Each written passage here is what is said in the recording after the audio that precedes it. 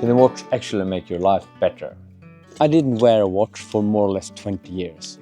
I work outdoors and very often under extreme conditions. So I know my body, I know how my body reacts, and I know what my body needs more or less. This video is not about which watch is the best one. This video is about why I start wearing a watch again. If you're new to this channel, my name is Matti. I'm working as a dog musher and nature guide up in northern Sweden. Together with my partner Stina, I run a small guide company. We live just above the Arctic Circle in Jokkmokk. Outdoor life is actually what we're doing for a living. I had Garmin Instinct for several years. It was probably the first Garmin Instinct on the market. I bought it mostly because I want to track my heart rate, to see how was my pulse reacting during the tours and when I was working. I was also a little bit curious about monitor the sleep and how it monitor the recovery between training and work and sleep and so on. But to be honest, I never really used it for the full potential it had. I had big issues with that watch because when I start tracking my activity, when I start tracking hikes like I'm doing right now, and the training run or whatever, it consumed the battery and the battery was empty directly. And then you were standing there with an empty watch. So it ended up more or less like a regular watch on my arm. And last winter I got myself a new Garmin Enduro 3. And that changed everything because this battery stays for 24 days and it also has solar. So if you're out a little bit in the sun, it's charging and then it can be forever. And that gave me a watch that works when I'm out on the week-long dog sled expeditions or hiking expeditions. And I can be there for 1 week tracking what I'm doing and I still have battery. I don't need to charge it for a week. And then this summer I get a request from a company that's called Coros and they also send a watch. That's the reason why I have two. Normally you don't need two watches like this. These Coros have also this extended battery time and it pros and cons with both watches. Now I tracking my sleep, I tracking my activities and I can see pattern in things. I'm getting to know my body in a little bit new way. It's very interesting.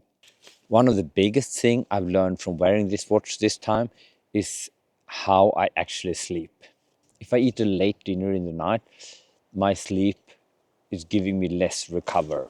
It's the same if I have a glass of wine, if I eat very salty food, salty snacks, or if I'm dehydrated, haven't drinking enough of water during the day. That also gives me worse sleep during the night. I not only see it on my watch, I actually feel it in my body, of course. You know the feeling when you wake up in the morning and you have sleep, but you are still tired. And for me, it's also important to come to bed a little bit earlier, not too late. And I'm a night person. I thought I was a night person, and I have changed my idea about that. I am not a night person.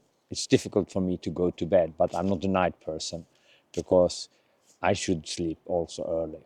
And this is different from person to person, but it can also take a while before you recognize a pattern and then you figure out things. So Stina and I have compared things and we have learned from each other. And for you, it's maybe totally different. You maybe should sleep with the open window, super hot in the house. You maybe shouldn't drink water. You maybe should drink a lot of water. I have no idea, but it would be interesting to see your experience if you have one of these watch. Then feel free to leave a comment. I'm curious about how other people, what they can see. All over, it's all about to getting to know your body better and what you need. And then when you look at the stress level and you look at the recover, I recover from coming out here, sitting here, looking at the sunset, having a cup of coffee here. I also recover early in the morning when I'm sitting with my first cup of coffee and edit video. And for Stina, it's totally different. She relax a lot and recover if she read a book.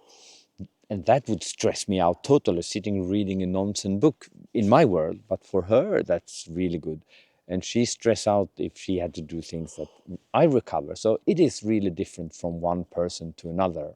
And maybe some people have been stressed of being out here when it's dusk and it starts getting dark. But for me, it's home. a little bit different. I probably have been stressed in your environment, maybe. I don't know. Now it's time to pack up and walk back to the kennel and feeding the dogs.